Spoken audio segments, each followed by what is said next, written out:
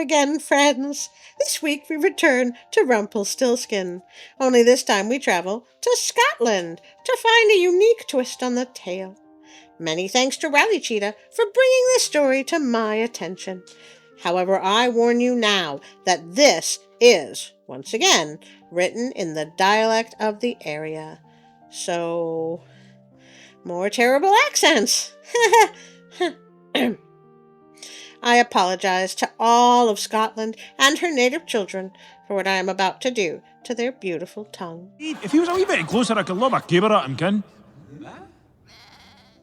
And with that warning, join me now as we read Whuppity's story. I see that you are fond of talks about fairies, children, and a story about a fairy and the good wife of Kittle Rumpet has just come into my mind, but I can't very well tell you now whereabouts Kittle Rumpet lies. I think it is somewhere in the debatable ground. Anyway, I shall not pretend to know more than I do, like everybody nowadays. I wish they would remember the ballads we used to sing long ago. Money and sings the grass, and money and sings the corn, and money and clatters old Bold Robin Hood, ne'er kent where he was born. But, howsoever about Kittle Rumpet, the good man had a rambling sort of body, and he went to a fair one day, and not only never came home again, but never more was heard of. Some said he listed, and others that the tiresome press gang snatched them up, though he was furnished with a wife and a child to boot. Alas, that wretched press gang. Oh, a press gang were a group of people who roamed around pressing, pretty much stealing, people into service. Mostly it was the Navy. We want you, we want you, we want you as a new recruit. You'd be out drinking, pass out, and wake up in the middle of the ocean. Surprise! You're a sailor now. We got you, we got you, we got you as a new recruit.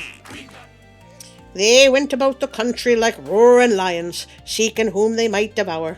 Well do I remember how me eldest brother, Sandy, was all but smothered in the meal chest, hiding from those rascals.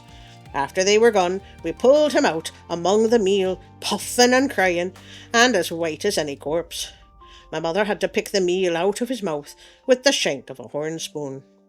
Ah, well, when the good man of Kittle Rumpet was gone, the good wife was left with small means.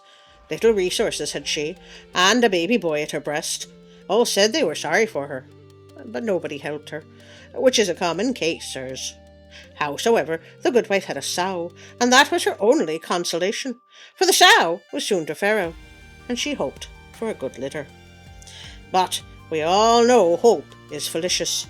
One day the woman goes to the sty to fill the sow's trough, when what does she find but the sow lying on her back, grunting and groaning, ready to give up the ghost. I trow.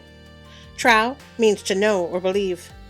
That this was a new pang to the good wife's heart, so she sat down to the knocking stone. A knocking stone is a stone with a hollow in it for pounding grain, so as to separate the husks from the kernels. With her barn is the Scottish word for baby, on her knee, and cried sorer than ever she did for the loss of her own good man. Now I premise that the cottage of Kittle Rumpet was built on a brae. Brae is the Scottish word for hillside, with a large fir wood behind it, of which you may hear more ere we go far on. So the good wife, when she was wiping her eyes, chances to look down the brae, and what does she see but an old woman, almost like a lady, coming slowly up the road. She was dressed in green, all but a short white apron and a black velvet hood, and a steeple-crowned beaver hat on her head. She had a long walking staff, as long as herself, in her hand, the sort of staff that old men and old women helped themselves with long ago. I see no such staffs now, sirs. You would not part an old man from his walking stick.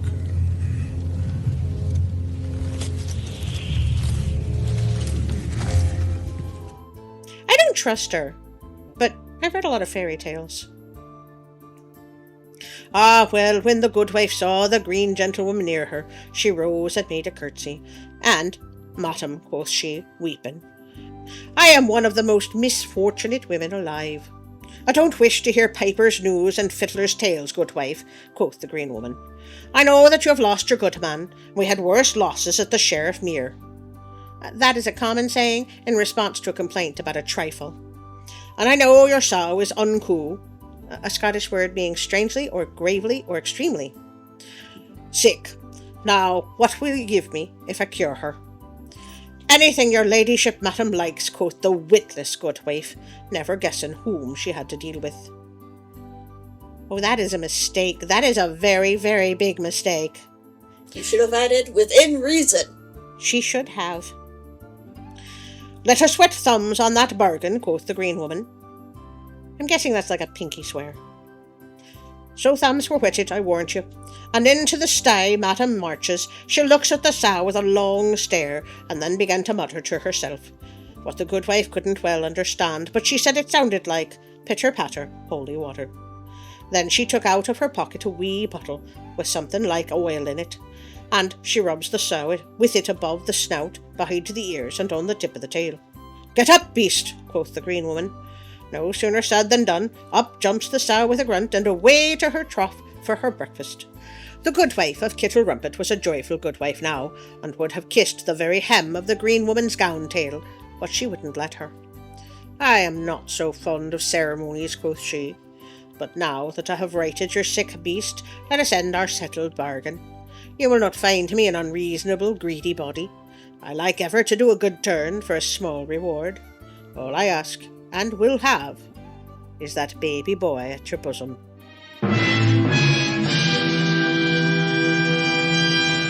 The good wife of Kittle Rumpet, who now knew her customer, gave a shrill cry like a stuck swine. The green woman was a fairy, no doubt, so she prays and cries and begs and scolds, but all wouldn't do. You may spare your din, quoth the fairy, screaming as if I were as deaf as a doornail. But this I'll let you know. I canna by the law we live under take your bairn till the third day, and not then if you can tell me my right name.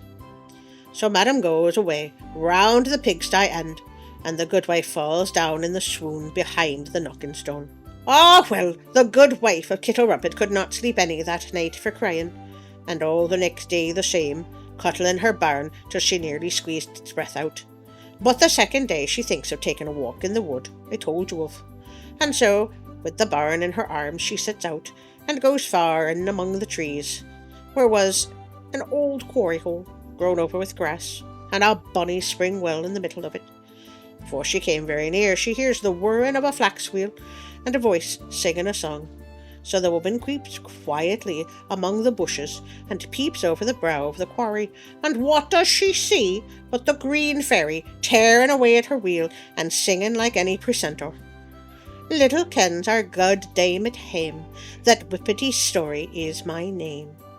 Ha ha, thinks the woman, I've got the mason's word at last. The devil give them joy that told it. So she went home, far lighter than she came out, as you may well guess, laughing like a madcap with the thought of cheating the old green fairy. Ah, well, you must know that this good wife was a jocose woman, and ever merry when her heart was not so very sorely overladen. So she thinks to have some sport with the fairy, and at the appointed time she puts the bairn behind the knocking stone, and sits on the stone herself. Then she pulls her cap over her left ear, and twists her mouth on the other side, as if she were weeping. And an ugly face she made, you may be sure. She hadn't long to wait, for up the brae climbs the green fairy, neither lame nor lazy, and long ere she got near the knocking stone, she screams out, Good wife of Kittle Rumpet, you know well what I've come for. Stand and deliver. And the woman pretends to cry harder than before, and wrings her hands, and falls on her knees with, Oh, sweet madam mistress, spare me only bairn, and take the wretched sow. The devil take the sow, for my part, quoth the fairy. I come not here for swine's flesh. Don't be contra, Mrs. Hussy, but give me the child instantly. So the real word there is actually contumacious, and it means to be stubbornly or wilfully disobedient. So the dogs. Yes. Ah, go on, dear lady mine, quoth the crying good wife, forgo my poor bairn, and take me myself. "The devil is in the daft jade," quoth the fairy, looking like the far end of a fiddle. "I'll bet she is clean demented. Who in all the earthly world, with half an eye in his head, would ever meddle with the likes of thee?" Rude. Very. "I trow this set the woman of Kittlerumpet's bristle, for though she had 2 blear eyes and a long red nose besides, she thought herself as bonny as the best of them. So she springs off her knees, sets the top of her cap straight, and with her 2 hands folded before her, she makes a curtsy down to the ground, and, 'In troth, fair maiden,' quoth she, 'I might have had the wit to know that the likes of me is not fit to tie the worst shoestrings of the high and mighty princess, Whuppity Stoorie.'" If a flash of gunpowder had come out of the ground, it couldn't have made the fairy leap higher than she did. Then down she came again, plump on her shoe heels, and whirling round, she ran down the brae, screeching for rage like an owl chased by the witches. The good wife of Kittlerumpet laughed till she was like to split. Then she takes up her barn and goes into her house, singing to it all the way. "A goin' a git ye, me bonny wee tyke, yez no have your 4 orries, sin we given Nick a bained a bike wi' his wheels and his whuppity stories." Well, I guess we can add Scottish to the accents Artie cannot do. It's funny to me that it has most of the elements of Rumpelstiltskin, but most of them don't really matter. Look! A spinning wheel! And it has nothing to do with the story. Oh well, it was still a fun story. I do apologize to the wonderful people of Scotland, and the descendants of the wonderful people of Scotland, and anyone who's ever visited or thought of visiting Scotland. Well, it's time to remind you that I have a Patreon channel, and there's a little train that goes by, and of course, my channel would be so much less interesting without the wonderful creators at pixabay.com. Go to the description below to see who helped with this video, or better yet, just go to pixabay.com and find out for yourself. But most of all, I would like to thank you, my dear friends, for once again joining me for a story. I cannot thank you enough. And now for a special thank you for my Patreon friends.